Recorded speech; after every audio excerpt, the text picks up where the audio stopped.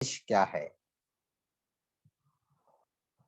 इस ध्यान साधना को जब हम करते हैं तो हमारे सामने हर समय ध्यान का उद्देश्य स्पष्ट होना चाहिए। हम देखते हैं कि दिन प्रतिदिन यह ध्यान साधनाएं बहुत पॉपुलर हो रही है। बहुत सारे लोग इस ध्यान साधना के द्वारा मन को शांत करने की कोशिश करते हैं। व्यक्तिमत्व को निखारने की कोशिश करते हैं।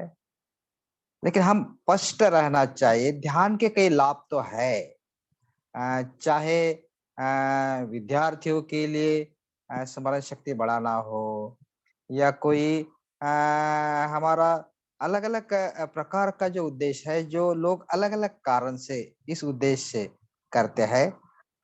कोई ऐसा भी कहे कि चलो भाई व्यापार में वृद्धि हो या सेहत अच्छी हो या और कुछ हो, लेकिन बुनियादी तौर पर ध्यान साधना का जो उद्देश्य है परिवर्तन करना, हमारे चित्त को बदलना, हमारा जो मन है वही अगर कारण है सभी समस्याओं की जड़ हर इंसान के मन में है, तो मन को समझना, मन के स्वभाव को समझना, उसको जानना और उसके अलग-अलग धर्म को हर समय मन से अलग-अलग धर्म निर्माण होते हैं। हमारे इंद्रिय के कारण जब हम जगत के संपर्क में आते हैं और उसी से ही हमारे जो संवेदनाएं हैं, भावनाएं हैं, वेदनाएं हैं और वेदनाओं से हम अगर जागरूक नहीं रह सके तो हम आ, इंद्रियों के जो आसक्ति है उसमें बह सकते हैं। तो चित्त का परिवर्तन जो है, मन का परिवर्तन जो है, यह आधार है ध्यान साधना का। हमारी जे चेतनाएँ जो है जागृति की ऊँची अवस्था में उठे। किस लिए? कि हम धम्म को समझ सके, धम्म के अर्थ को समझ सके।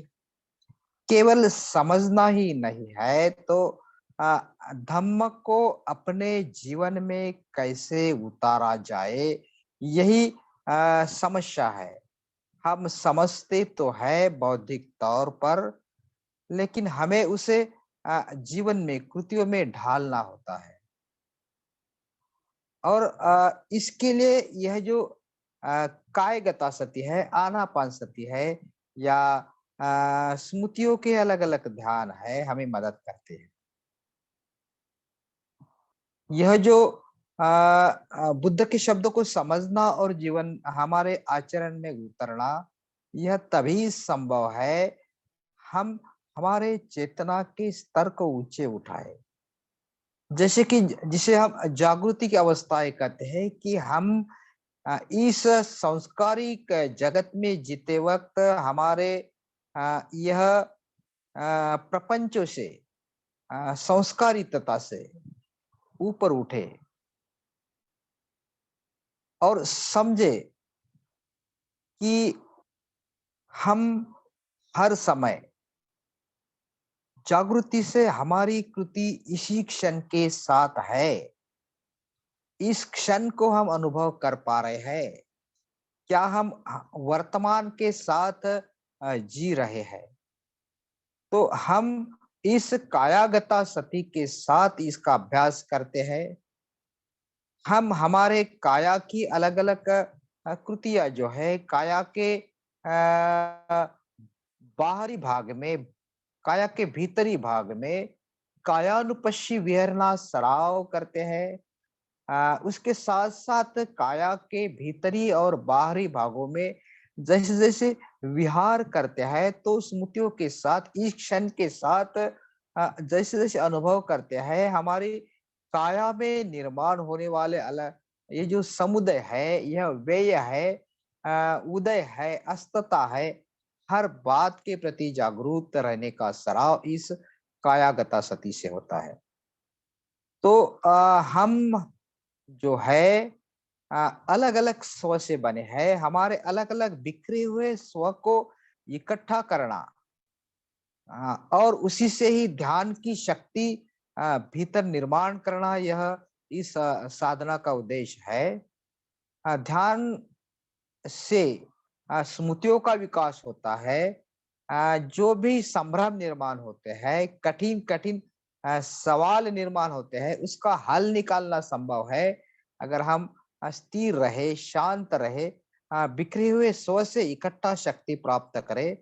जैसे कि हम एक उदाहरण देखते हैं कि जो मिलिंद राजा के साथ जो बहुत ही मन में प्रश्नों की तरंग निर्माण करने वाला राजा, उनका हल करने के लिए कई सारे जो ज्ञानी है, पंडित है, उनसे चर्चाएँ करना, उनका स्वभाव, उनकी उनका एक ऐसा स्वभाव था और इसी कारण उन्होंने भंते नागसेन को चर्चाओं के लिए बुलाया था। और जैसे ही चर्चाएँ चालू होती है और फिर वह पूछते हैं कि अ अ, भंते जी, अ, मैं आप मेरे सवालों का जवाब आप चर्चा के लिए दे सकेंगे? तो अ, नागसेन जी कहते हैं कि हाँ, पूछिए, आप सवाल पूछिए। तो मिलिंद राजा कहते हैं कि बंटी जी, मैंने तो सवाल पूछा है। नागसेन जी कहते हैं कि मैंने तो जवाब भी दे दिया है।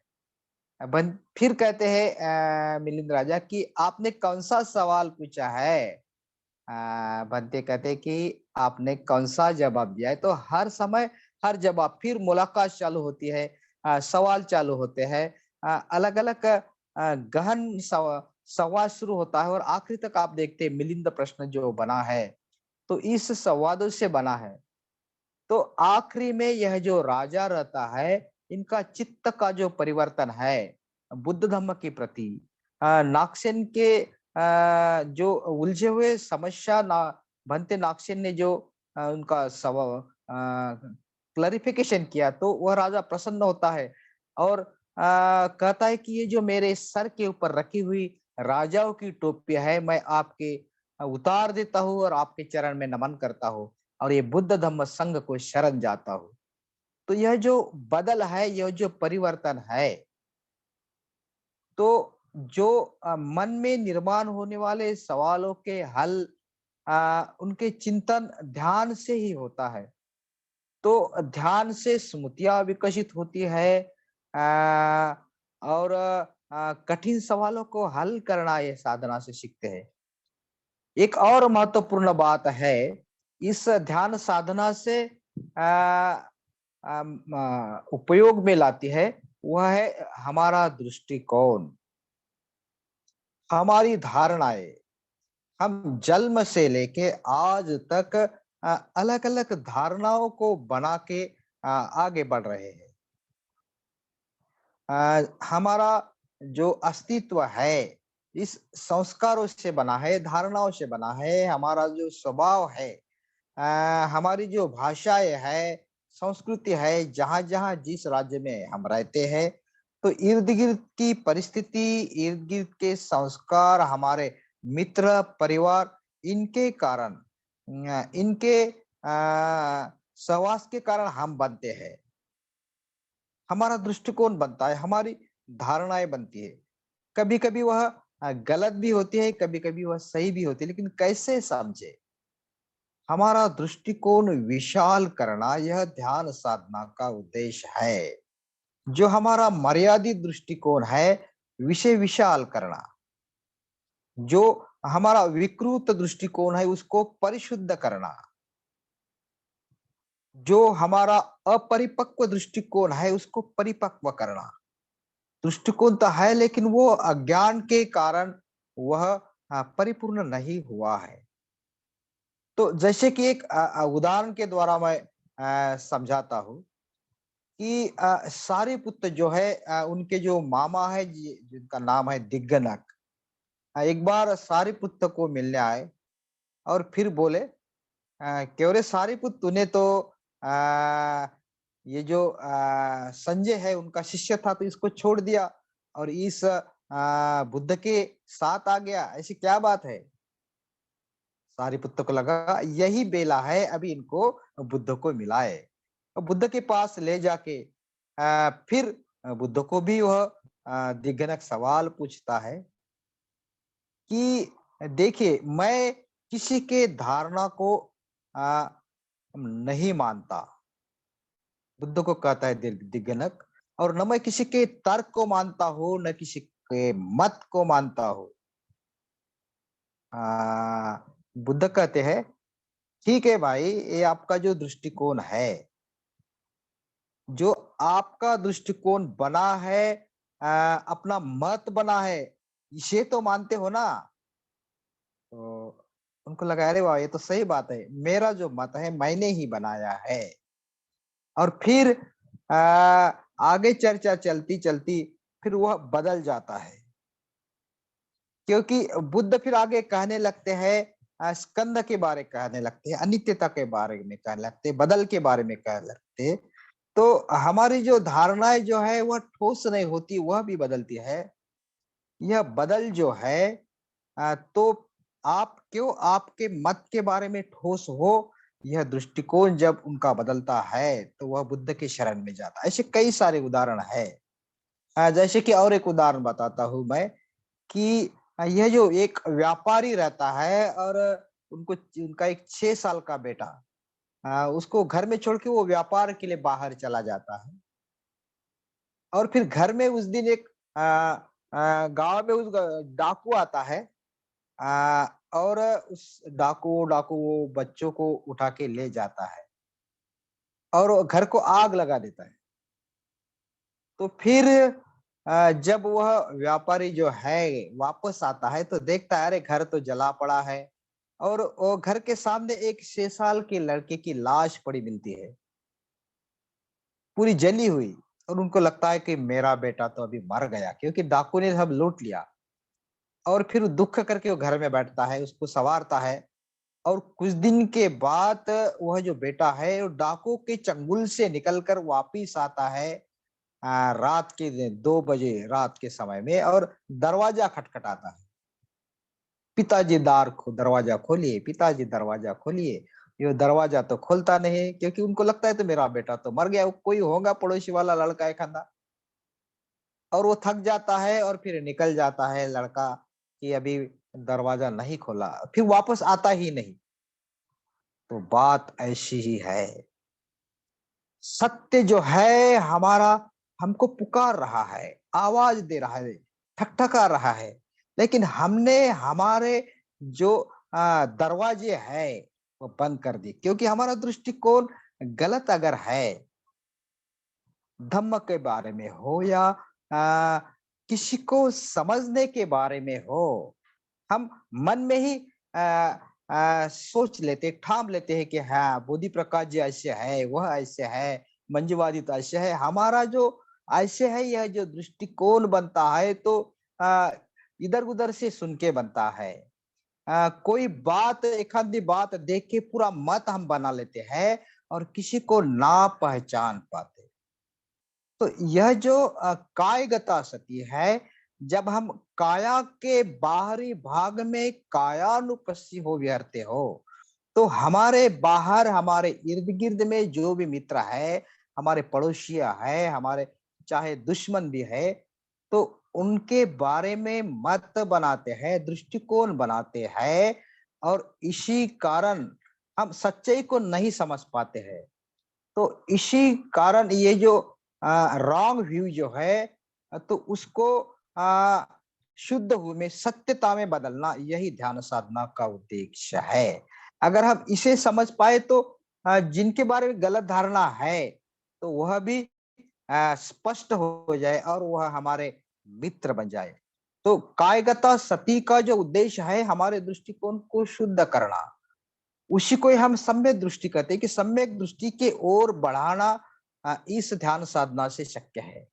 हम हमारी काया को देखते हैं, काया के हर कृतियों को देखते हैं, चलते वक्त, बैठते वक्त, बोलते वक्त, चुप भी रहते वक्त, विचार भी करते वक्त, हर समय जैसे जैसे काया के प्रति हम सजग होते हैं, ज्ञान और स्मृति के प्रमाण के लिए इस काया को उपस्थित करते हैं, तो हम हमारे काया के इंद्रियों को लगाम लगाते हैं। काया की इंद्रिय के प्रति एक तरह से पहरेदार का काम करते हैं, जहां से जो वेदनाएं भीतर प्रवेश करती है और वेदनाओं के कारण जो तृष्णा हम निर्माण होते हैं बाहरी जगत को देखने के, चाहे व्यक्ति हो या कोई वस्तु हो, जो तृष्णाएं जो है उपादान और आसक्ति में पड़ने से बार बार हम उसमें फंस जाते हैं, और इसी कारण हम ना खुद को पहचान पाते हैं, ना हमारे जो मन को समझ पाते हैं, मन के स्वभाव को ना देख पाते हैं। तो यह ध्यान साधना का उद्देश्य है कि हम हमारे दृष्टिकोण को बदले, हमारे स्वभाव मन को परिवर्तित करे, हमारा स्मृतियों का विकास करे। और एक बात बताता हूँ, यह जो महत्वपूर्ण इसी साधना जो है, इससे हम आनंदित रहते हैं, प्रसन्न रहते हैं, और इसी से हमारे भीतर श्रद्धाओं का भाव फूलता है, क्योंकि श्रद्धा जो है हमें ऊर्ध्वगामी और प्रवास करने के लिए आगे बढ़ाती है।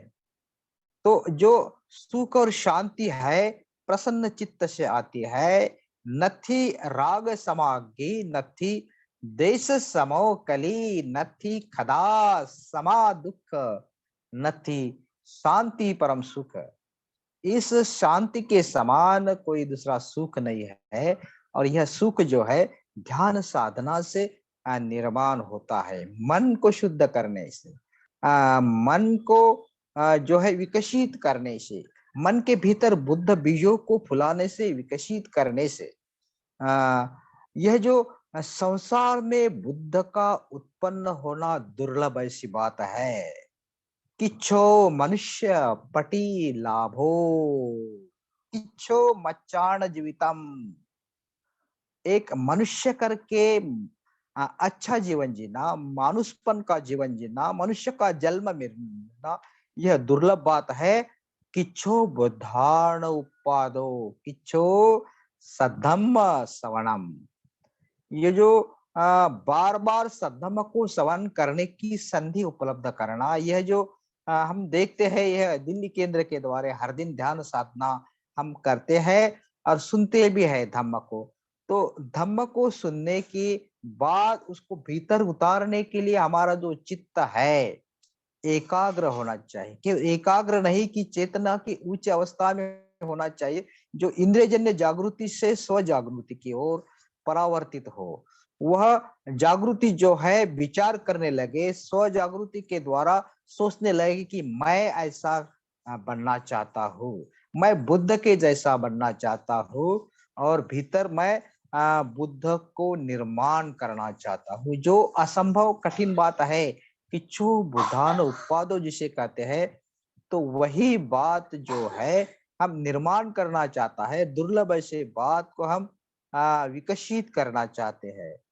लेकिन ये मत भूलना कि इस धम्म के चंद शब्द सुनने के लिए, बुद्ध भूमि का दर्शन लेने के लिए, इस धरती को चरण छूने के लिए, मस्तक छूने के लिए, देखिए कि चीन से लेकर सभी पूर्व देशों से श्रद्धालु आते हैं। हमने देखा है कि इशिंग है, फाइयान है, हर्षवर्धन के काल में जो हुएनसेन आए हैं, तो केवल इस धम्म को सुनने के लिए ही नहीं, तो जीवन में उतारने के लिए जो भी साधनाएं पद्धति है, शिक्षाएं पद्धति है, तो उसे सुनने के लिए भारत आए थे। और तब से देख रहे कि हम भी प्रयास कर रहे हैं हमारे भीतर श्रद्धाओं को निर्माण करना। श्रद्धाओं के बाद ही धीरे धीरे हम समझ सकते हैं प्रज्ञाओं को। श्रद्धा और प्रज्ञा शुरुआत और उच्च समाधि की अवस्था के साथ जुड़े हैं। तो यह जो ध्यान साधना है, कायगता सती है, यह जो अभ्यास है अ, हमारे इंद्रिय को रक्षण करने के लिए, हमारे इंद्रिय द्वार के जो 6 द्वार है उसी का रक्षण करने के लिए, क्योंकि हम एकाग्र रहते हैं कायाओं की क्रियाओं को देखने के लिए।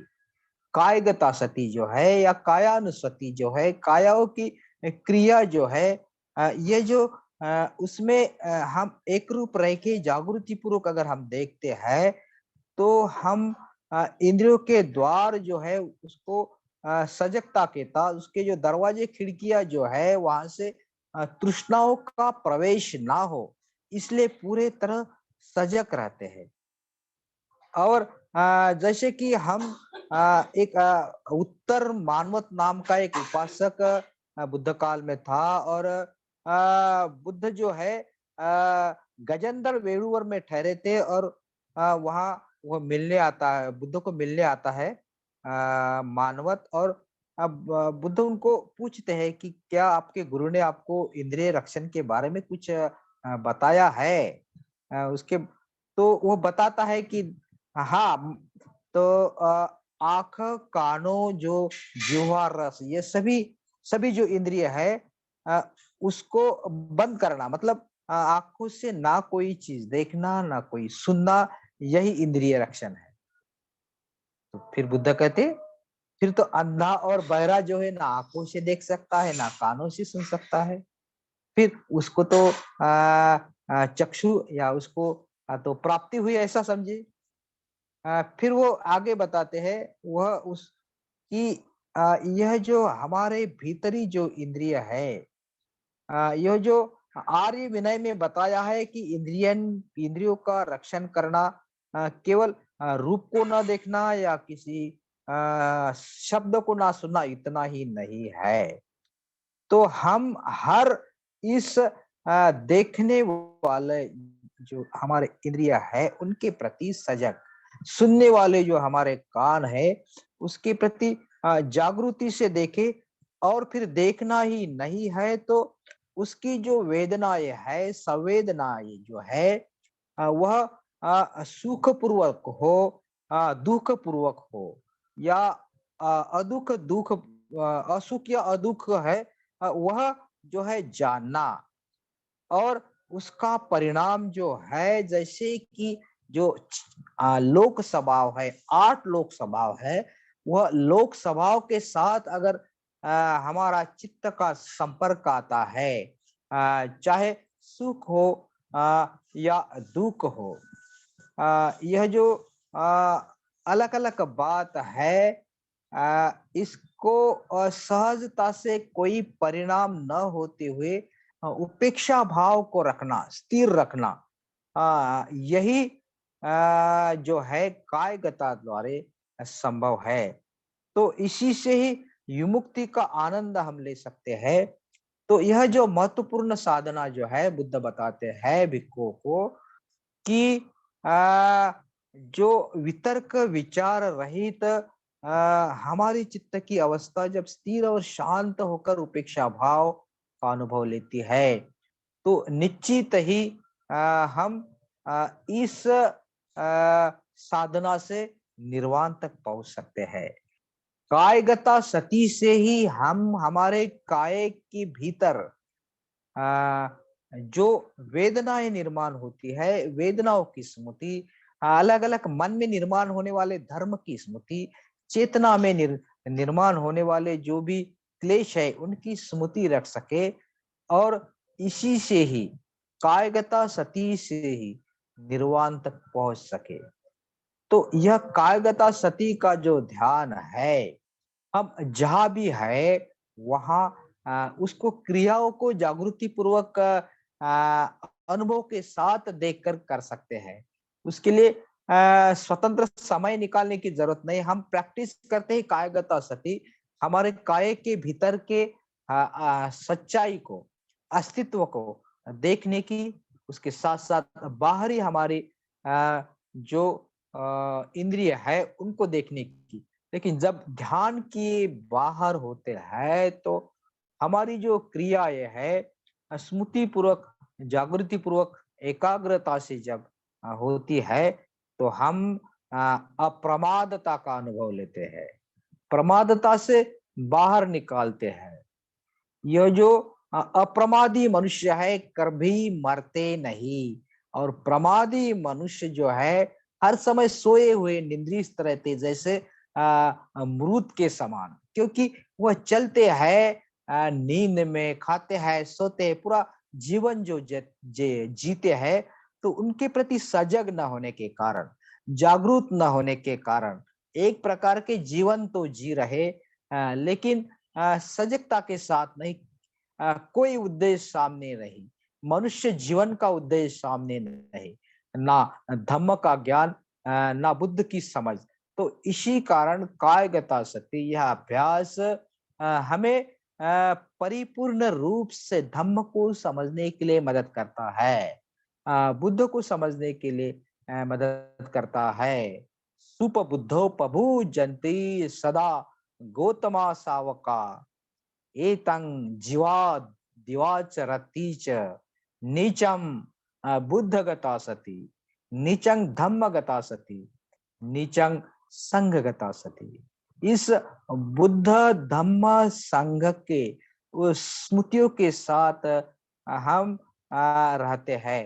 तो कायागता सती से, कायानुसति से, कायानुपස්සना से धम्म को जैसे हम देख सकते हैं, धम्मम काये न पश्यति, काय से ही हम धम्मा को देख सकते हैं, तो धम्म से ही बुद्ध को देख सकते हैं, हमारे भीतर के बुद्ध को देख सकते हैं। और जो किच्छु बुद्धानुपादों की बात है उसके सहजता से बुद्ध निर्माण करने की बात हम इस कायागता सती से करते हैं। तो कायगता सती यह ध्यान है जिसके द्वारा हम बुद्ध को भीतर निर्माण कर सकते हैं। तो कई सारे लाभ इस ध्यान के हैं, तो क्यों ना हम ध्यान के लिए शक्ति लगाए, क्यों ना हम इस कायगता सती को समझे। तो आपके लिए शुभेच्छा देते हुए ध्यान के लिए यहाँ मैं रुकता हूँ।